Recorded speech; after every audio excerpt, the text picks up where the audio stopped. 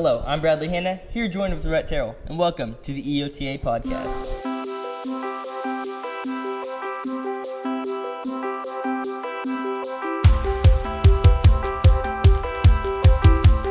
Today on the podcast, we will be talking about the Eagles versus LSA game, a very great game as FBCA will come on top with the win, a 3-2-1 win for the Eagles.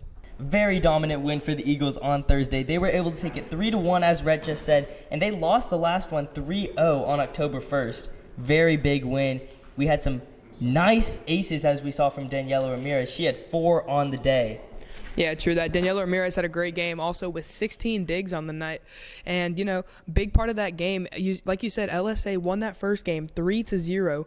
Maybe part of the student section maybe helped it out. A big game for the Eagles as a lot of students popped out. We did see a lot of students there, definitely the most that we've seen all year. And the Eagles are looking pretty good now. They've won their past 5 games, and they're headed towards playoffs. How is that looking right now?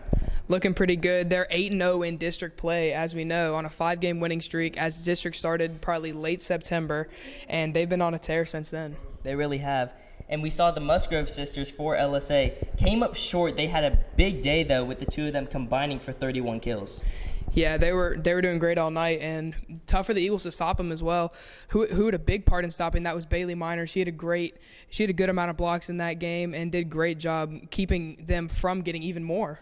And Lauren LaRue was able to close this one out for the Eagles as she got the final serve of the day. She has the most aces on the team with 53, and it was really fortunate that she was able to go out and serve the last point.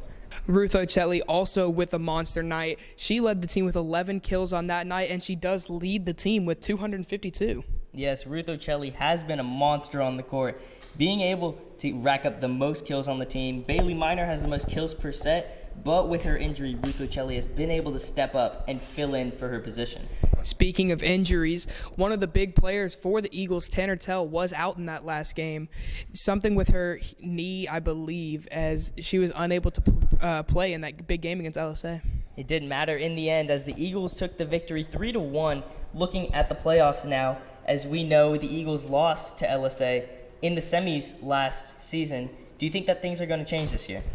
Well, it sure looked like it after that last game, but it's definitely going to be interesting. As you said earlier, LSA took the first game 3-0. Eagles took the second one 3-1. So it'll be very interesting if these two teams face off. We definitely got a good matchup ahead of us for the playoffs. I'm Bradley Hanna here with Rhett Terrell, signing out. You're watching the EOTA podcast.